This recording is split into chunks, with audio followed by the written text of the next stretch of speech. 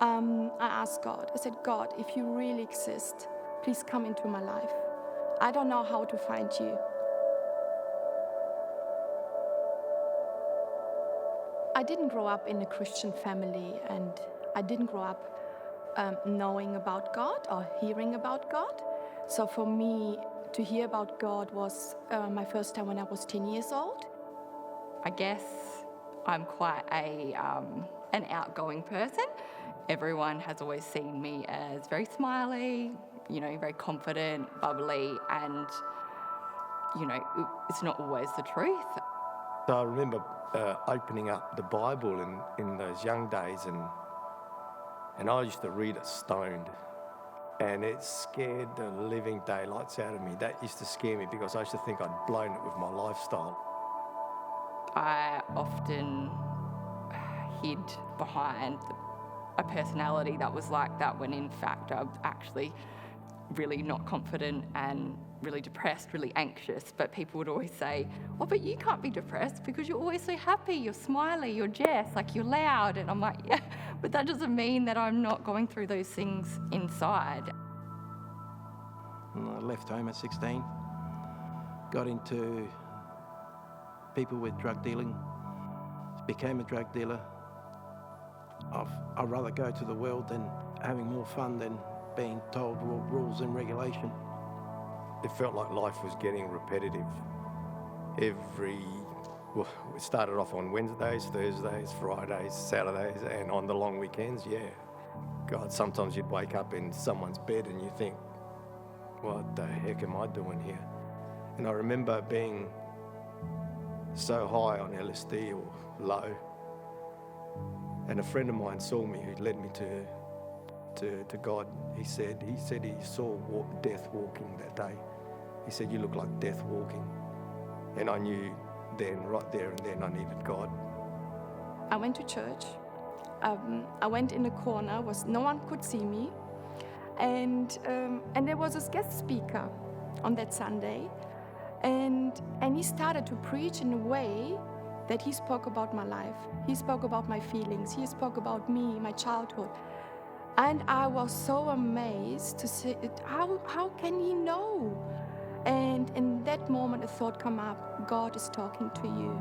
This little thought, this little whisper that was in my heart, it was God bringing me to his house. Because my other thought was, what is the purpose of life?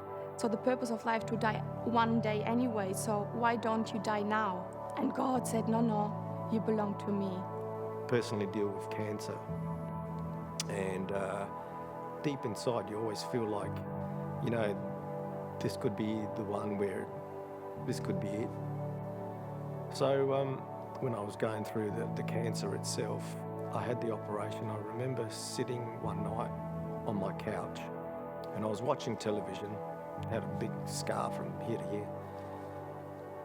And, for some reason I said, no, I don't want to watch TV anymore. So I turned it off and sat in the dark, and I did start to think, I said, God, this is scary, and I was just sitting there. I was as awake as anything, but sitting in the dark, and I just had this vision as clear as daylight. Even now I can see it. There was a huge long table, and there was all these chairs around this table, but one had been pulled out. And I remember God saying, your place isn't here yet.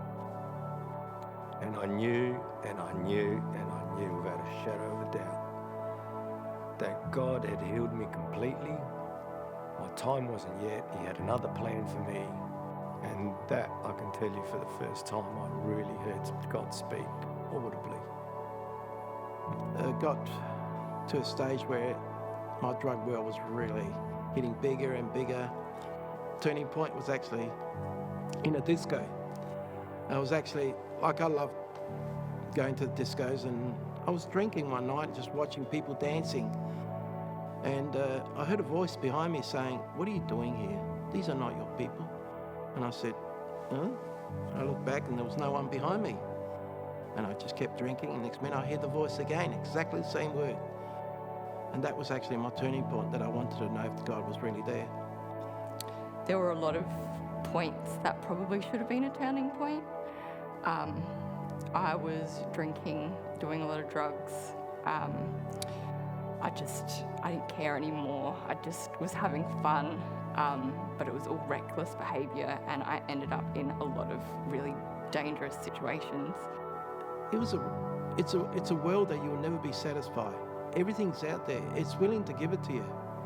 We don't realise we're in a battle, and the enemy actually uses a lot of things out there to trick us that think it's going to supply our needs or supply everything that we needed in life. But sometimes we actually realise that being with God, He's everything. He has everything. It's all His. And I think that's when I heard that voice in the discos that God was calling me. I think it's just really exhausting trying to pretend to be someone you're not, and trying to keep up that front when you are really struggling on the inside and you can't actually talk to anyone about it, because when you've got depression or anxiety, people kind of think you're a bit weird or a bit crazy, and sometimes it's just really hard to be honest and be true to what you're going through, and so you just end up wearing a fake mask. I think I really felt the love of God at an altar call. I was an absolute wreck, and someone started praying over me, and almost instantly I just felt peace kind of run from like my head all the way down to my toes, and I just stopped crying. That was, I think, the first time I just felt an overwhelming sense of love and that it was going to be okay. Sin damaged me. Sin abused me.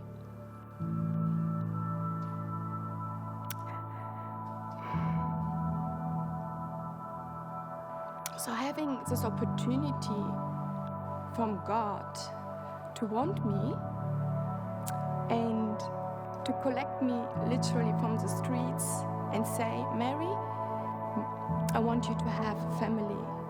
You are not an abandoned daughter. I want to take care of you. I want to heal your wounds. I want to repair you. And it will take time, but you belong to me. And the cross means victory, love. I had no family, now I have a family. For God so loved the world That He gave His one and only Son, That whoever believes in Him shall not perish. But have eternal life.